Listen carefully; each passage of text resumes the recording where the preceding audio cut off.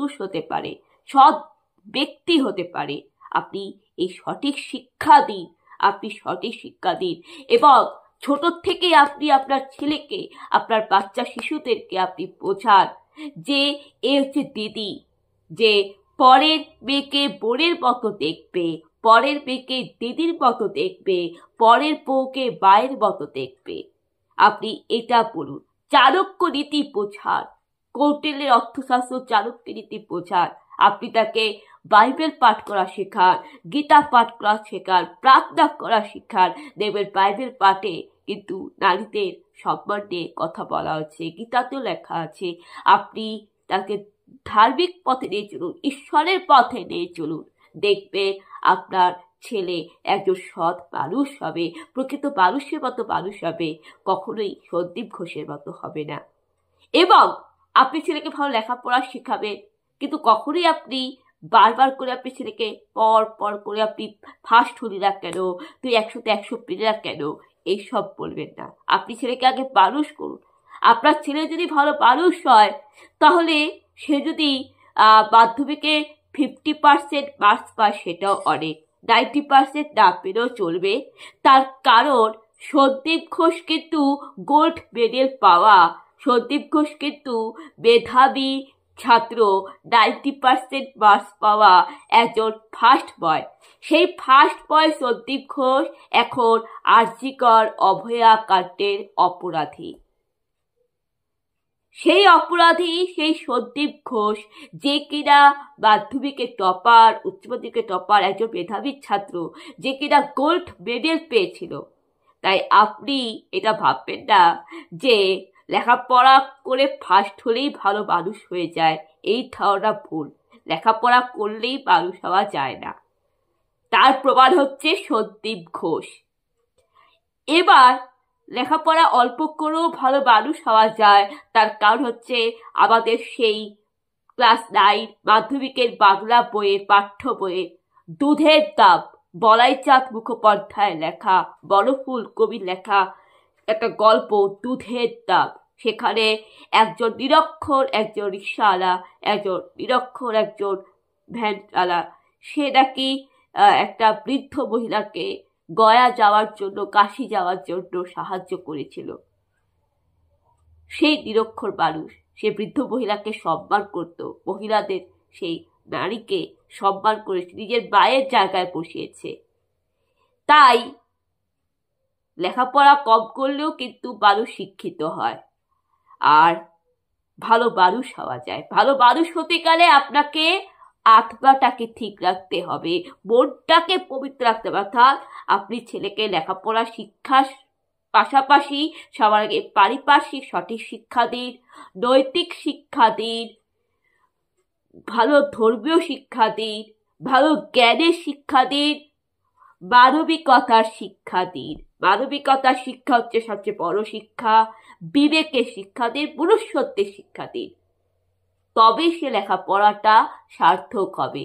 কিন্তু আপনি যদি তাকে মনুষ্যত্বের শিক্ষা না দেন, আপনি যদি তাকে পারিপার্শ্বিক শিক্ষাটা না রাখেন, নৈতিক শিক্ষা না রাখেন, আপনি যদি তাকে মানবিকতা শিক্ষা না দেন, তাহলে সে যতই লেখাপড়া করে, যতই সে ফার্স্ট হোক, টপার হোক, কোনো লাভ হবে না। তার কারণ রাবণও কিন্তু চণ্ডী পাঠ করতে পারত, এটা আপনি মাথায় রাখবেন।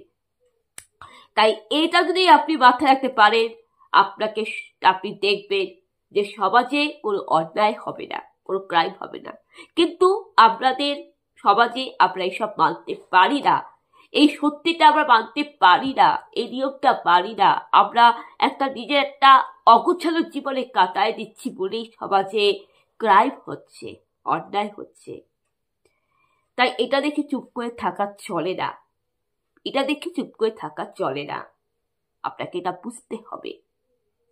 আজকের আলোচনা আবার এটাই ছিল, এটাই বলার ছিল। যদি কোনো ভুল ত্রুটি হয়ে থাকে ক্ষমা করবেন, মার্জনা করবেন এবং আপনারা ভালো থাকবেন। আমরা ঈশ্বরের কাছে প্রার্থনা করব যেন প্রকৃতভাবে যেন সঠিক ন্যায় পাই। অনেক বছর, অনেক দিন হয়ে গেল, একটা পর একটা ক্রাইম ঘটে যাচ্ছে এবং আমরা প্রার্থনা করব অভয়ার পরিবারের জন্য, অভয়ার দিদির মা বাবার জন্য, পরিবারের আমরা প্রার্থনা করব সে নির্যাতিত অসহায় নারীদের জন্য, এবং যাদের অকালে অপঘাতে মৃত্যু হয়েছে এবং সেই মৃত্যু আত্মার জন্য আমরা শান্তি কামনা করব, তাদের জন্য প্রার্থনা করব যাতে ঈশ্বর মঙ্গল করুক, ঈশ্বর যেন কৃপা করুক, যাতে ভালো সঠিক ন্যায় হয়, অপরাধীরা যাতে কঠোর থেকে কঠোরতম শাস্তি পায়, সাজা পায়, এবং কোনো অপরাধীর যেন ছাড়া নেয় না পায়।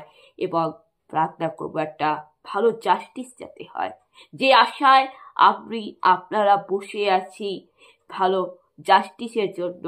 We demand justice, we want justice. সেই জাস্টিসটা যেন ভালো হয়, সুরক্ষিত হয়।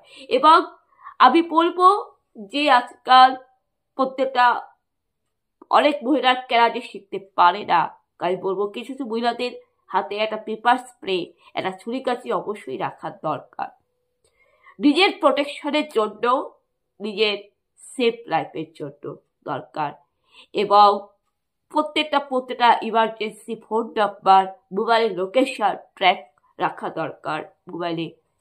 এবং মহিলাদের সুরক্ষিত হওয়ার জন্য তো আজকাল গুগল থেকে, ইন্টারনেট থেকে, ইউটিউব থেকে নানা সতর্ক বার্তা দিচ্ছে। আপনারা তো ইউটিউব করেন, ফেসবুক করেন, আপনার ফেসবুকের মাধ্যমে জানতে পারবেন, ইউটিউবের মাধ্যমে, গুগল অ্যাপসের মাধ্যমে জানতে পারবেন যে কি করে সুরক্ষিত রাখা যায়, কি করে ইমার্জেন্সি কল করে মহিলা বিপদে পড়লে কোন নম্বরে ডায়াল করা উচিত। আপনারা এটা মাথায় রাখবেন, সজাগ থাকুন, সতর্ক থাকুন। ঈশ্বরের কৃপা আশীর্বাদ আমাদের ওপর, সকলের ওপর পড়ুক। এবং শিশুদেরকে দেখতে হবে, এই অরাজকতার পরিবেশে কিন্তু শিশুরা জন্ম নিচ্ছে, তাদের উপর কিন্তু এটা কুপ্রভাব পড়ছে। কারণ এই পৃথিবীটা কিন্তু শিশুদের বসবাসের ভালো যোগ্য নয়। কবি সুকান্ত ভট্টাচার্য বলেছিলেন যে এই বিশ্বকে শিশুদের বাসযোগ্য করে যাব আমি নবজাতকের কাছে, এ আবার দৃঢ় অঙ্গীকার। এটাকে মাথায় রাখতে হবে। তাই পরিবেশটাকে জঞ্জাল মুক্ত করতে হবে, পরিবেশটাকে দূষণ মুক্ত করতে হবে, পরিবেশটাকে অন্যায় মুক্ত করতে হবে, সমাজটাকে উন্নত হতে হবে। তবে তো এই পরিবেশে সমাজটা শিশুদের বসবাসের যোগ্য হবে, এই সমাজ, এই পৃথিবীটা শিশুদের বসবাসের যোগ্য হবে। কারণ শিশুরা তো আগামী দিনের উজ্জ্বল ভবিষ্যৎ। ভালো থাকবেন, সুস্থ থাকবেন। আপনাদের সবাইকে অনেক ধন্যবাদ। জয় যিশু। আপনার ভালো থাকবেন। আজকে আলোচনা আমার এটাই ছিল। পরবর্তী আলোচনায় আমি আবার আসবো অন্য বিষয়ে আলোচনা করে। যদি কোনো ভিডিওটি যদি ভালো লেগে থাকে আপনারা লাইক করুন, সাবস্ক্রাইব করুন। আর কোনো ভুল ত্রুটি হয়ে থাকলে মার্জনা করবেন, ক্ষমা করবেন। সবাইকে ধন্যবাদ।